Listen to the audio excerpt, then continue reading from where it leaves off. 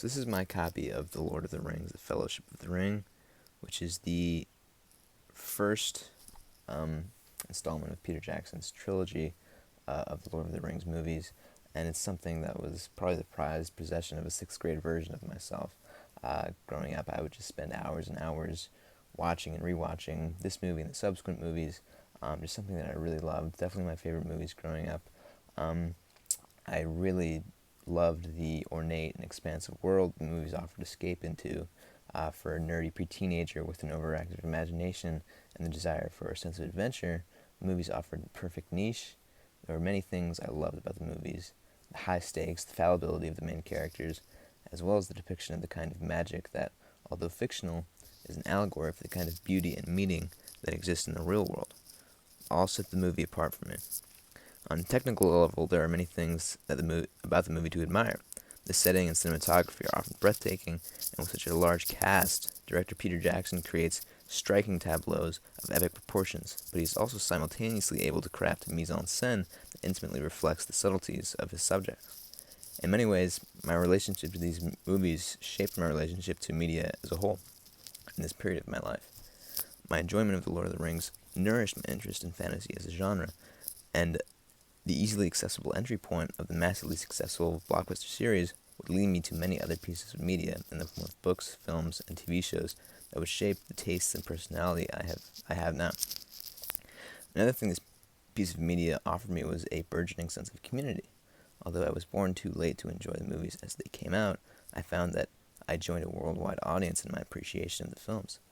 I had something in common with my cool, relatively speaking, older cousins who began to include me in the Dungeons and Dragons escapades at Thanksgiving.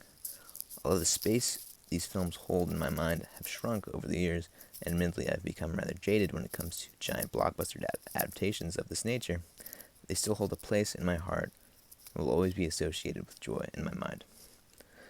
So one other film concept that we've discussed that relates to The Lord of the Rings is remediation. The movies are a remediation of the novels of J.R.R. Tolkien that were first published in the 1950s. Further, the novels themselves, I think, are actually a version of a remediation of the form of an epic, and also a lot of the aspects of a bygone society that wasn't really around in the time J.R.R. Tolkien was writing about them. However, as with all instances of remediation, there are certain things about the films that are different from the subject material that they are based off of, right? There are things that they omit and things that they emphasize. So, in hypermediacy rather, and remediation, Bolter and Grusin write, with reuse comes a necessary redefinition, but there may be no conscious interplay between media. The interplay happens, if at all, only for the reader or viewer who happens to know both versions and can compare them. So this is definitely something that applies to the Lord of the Rings films and books, right? There is a direct basis for the films off of the books, but a lot of times that there isn't a one-to-one matchup between the subject material and the remediation of that material. And this is something that wouldn't be obvious to someone unless they had read both the books and seen the films, and only for those people, and only in their own minds, does that interplay exist. So, for instance, the characters of Beregond or Halbard and the Great Company are completely omitted from the film, even though they played important roles in the books. They play a vital role in the development of the main characters of the plot, and the main characters and the plot itself. So this brings up another point from one of the course readings, that the medium is the message from McLuhan's Understanding Media.